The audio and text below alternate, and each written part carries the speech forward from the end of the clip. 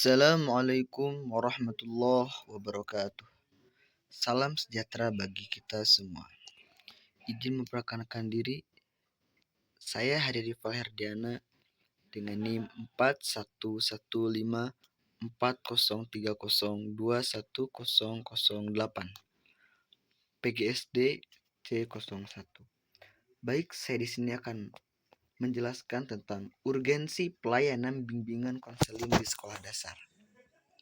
Baik, sebelum membahas kepada tema, kita akan mengetahui terlebih dahulu apa sih yang disebut dengan bimbingan konseling. Bimbingan konseling merupakan sebuah proses pemberian yang dimana bantuan yang dilakukan melalui wawancara konseling atau turun secara langsung ke lapangan dengan face to face oleh seorang yang handal yang dinamakan dengan konselor kepada seseorang individu yang mengalami masalah. Adapun urgensi pelayanan bimbingan konseling di sekolah dasar mencakup 4. Yang pertama, hubungan pendidikan dengan bimbingan konseling, keterpaduan program bimbingan konseling dalam pembelajaran, pendekatan bimbingan konseling di sekolah dasar, dan prinsip pelayanan bimbingan konseling di sekolah dasar. Yang pertama, hubungan pendidikan. Bimbingan konseling dalam pendidikan merupakan sebuah satuan yang tidak bisa terpisahkan, dikarenakan dapat membantu untuk mencerdaskan dan lebih memfokuskan kepada potensi dirinya. Jika di dalam pelaksanaannya berjalan dengan baik, maka tidak bisa dipungkiri bahwasanya bimbingan konseling merupakan faktor utama dalam menunjang keberhasilan kegiatan pendidikan. Oleh karena itu, supaya pendidikan berjalan maksimal, maka harus diadakan bimbingan di sekolah. Untuk mengatasi kesulitan dalam proses pembelajaran, bimbingan dan konseling memberikan layanan yang pertama bimbingan belajar, bimbingan sosial, dan bimbingan mengatasi dalam masalah pribadi. Bimbingan belajar. Apa yang dimaksud dengan bimbingan belajar? Pada jenjang sekolah, memang kita ketahui bahwasanya proses BK atau bimbingan konseling tidak difokuskan seperti halnya di sekolah menengah. Namun, seorang guru lah yang menjadi seorang pembimbing serta konselor.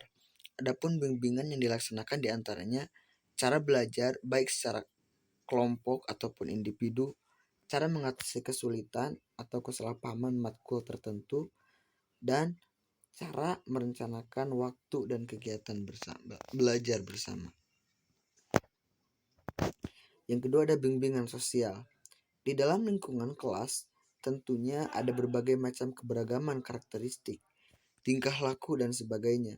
Dalam hal ini, siswa harus mampu untuk menyesuaikan diri dengan rekan-rekan kelasnya dalam pembelajaran yang mengharuskan untuk kerja kelompok.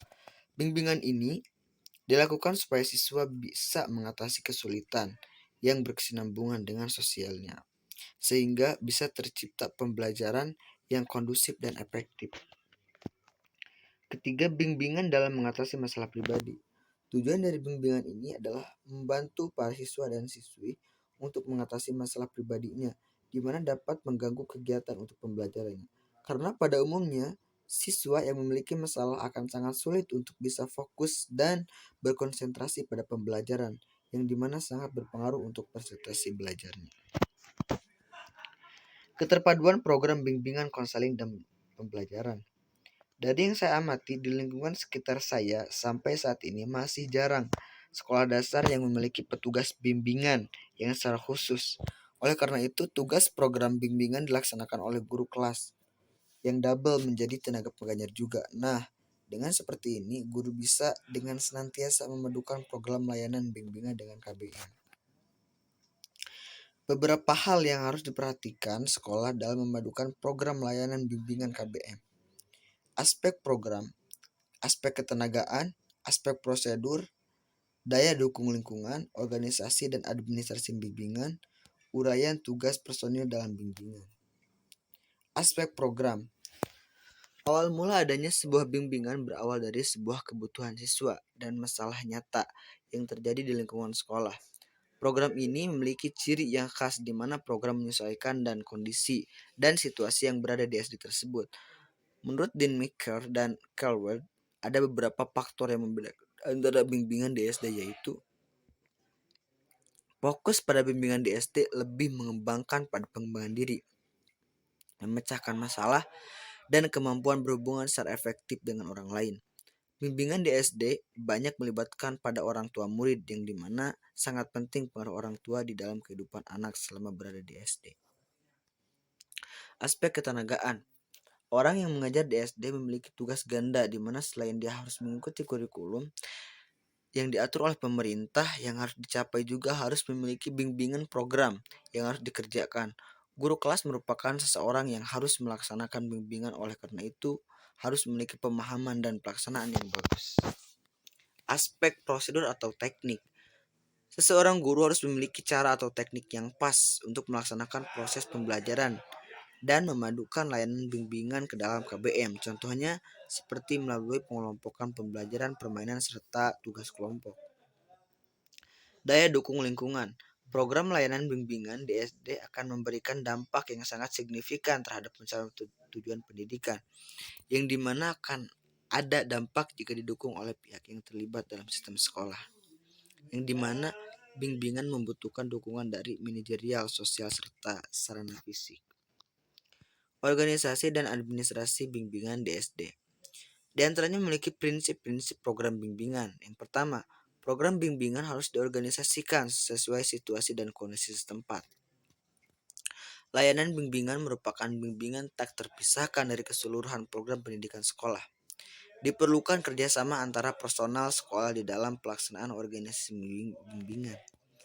Program bimbingan harus diorganisasikan dengan baik agar seluruh personal yang ada di sekolah dan masyarakat dapat bekerjasama dengan baik. Tugas personil dalam bimbingan di SD. Kepala sekolah diantaranya adalah mengkoordinasi kegiatan layanan bimbingan, karena kepala sekolah merupakan seorang yang memiliki wewenang. Yang kedua, menyediakan tenaga, sarana, dan fasilitas yang diperlukan. Adapun guru diantaranya adalah mencanangkan pelaksanaan dalam program bimbingan, merencanakan dan membuat program bimbingan, melakukan kerjasama dengan orang tua murid dalam memberikan layanan bimbingan kepada murid. Guru mata pelajaran, tugasnya berkonsultasi dengan guru kelas, bekerja sama dengan guru kelas. Adapun pengawasan, fungsinya adalah memantau, menilai, meningkatkan, dan mengevaluasi jalannya layanan bimbingan di SD. Sarana prasarana. Pendekatan bimbingan dan konseling terdiri dari 4 macam. Di antaranya adalah pendekatan krisis, pendekatan remedial, pendekatan preventif, dan pendekatan perkembangan. Pendekatan krisis merupakan suatu pendekatan yang bertujuan untuk mengatasi krisis atau masalah yang dialami oleh individu atau siswa. Pendekatan remedial merupakan usaha bimbingan yang dimana diarahkan kepada individu yang sedang mengalami kesusahan. Pendekatan preventif merupakan usaha bimbingan yang diarahkan untuk mengantisipasi berbagai persoalan umum peserta, mencoba mencegah supaya tidak sampai terjadi kepada individu. Pendekatan perkembangan, bimbingan dan konseling perkembangan atau development counseling merupakan perkembangan atau pengembangan outreach, teknik pelayanan yang digunakan dalam pelayanan bimbingan serta konseling adalah pembelajaran pertukaran informasi, bermain peran, tutorial, dan konseling. Dalam memberikan pelayanan bimbingan dan konseling di sekolah dan madrasah, ada beberapa prinsip yang disajikan pedoman dalam pelaksanaan bimbingan dan konseling. Di antaranya adalah prinsip-prinsip berkenaan dengan sasaran dan pelayanan. Prinsip-prinsip berkenaan dengan pelayanan. Prinsip-prinsip berkenaan dengan masalah individu. Prinsip-prinsip dalam lapangan operasional bimbingan konseling.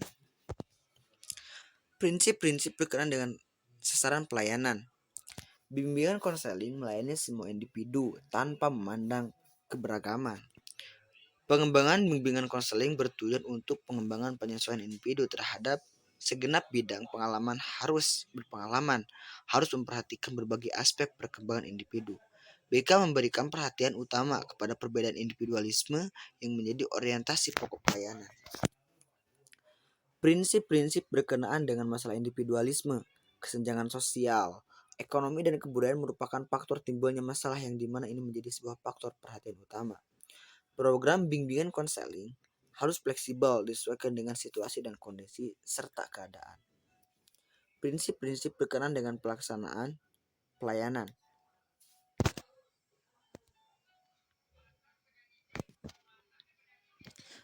Prinsip-prinsip bimbingan dan konseling di sekolah dalam lapangan operasional.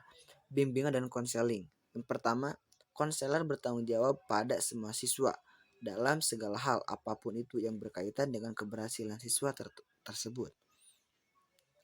Konselor mampu bekerja sama secara efektif dan inovatif dengan semua orang dan lembaga yang berada di lingkungan sekolah. Mungkin cukup sekian. Mohon maaf atas segala kekurangannya. Assalamualaikum warahmatullahi wabarakatuh.